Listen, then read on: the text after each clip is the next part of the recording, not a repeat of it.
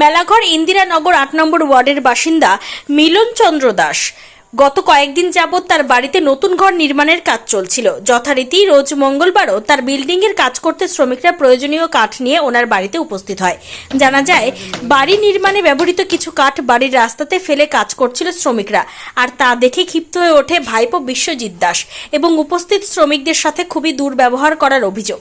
বিষয়টি লক্ষ্য করতে পেয়ে এগিয়ে যায় কাকা মিলন চন্দ্র দাস, আর সেই সামান্য বিষয় নিয়ে শুরু হয় কাকা ভাতিজার মধ্যে তর্ক বিতর্ক। একসময় বিশ্বজিৎ দাস ঘর থেকে চাইনিজ কুড়াল নিয়ে এসে মিলন চন্দ্র দাস, ওনার স্ত্রী এবং জামাতার উপর প্রাণঘাতী হামলার চেষ্টা করে। পরবর্তীতে মিলন চন্দ্র দাসের বাড়ির বেড়া কুপিয়ে ফানা করে দেয় অভিযুক্ত যুবক বিশ্বজিৎ। এদিকে খবর পেয়ে তড়িঘড়ি ঘটনাস্থলে ছুটে যায় মেলাঘর থানার পুলিশ আগমনের টের পেয়ে বিশ্বজিৎ ঘটনাস্থল থেকে পালিয়ে যায়।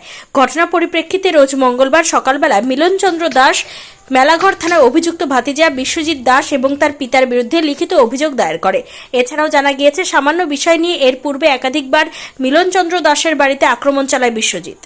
ওই তো এদিকে কাজ করে, তার লগে কাজে যাই, লাড়ি লিয়ে এসে দাও লিয়ে এসে চাইনিজ কুড়াল দিয়ে বাড়ি ঘর বেড়াটা কোপাইছে। কে এটা কে? বিশ্ব দাস। বাবার নাম কি? অনিল দাস। আপনার নাম কি? মিলন দাস। কাজ কি আপনার হইতেছে? হ্যাঁ। বাড়ির কাজ? হ্যাঁ। তুই বাড়ির কাজ হইতেছে কিটা, মানে এই কাজে বাধা দিছে না কিটা? একটা কাঠ একটু সাইডে ঘুরে আসলে লেগে বাধা দিছে। বাধা কি কইছে? হ্যাঁ, ওই রাস্তা এদিকে কাজ করতে হতো না, বাধা দিছে কাজ না করতে।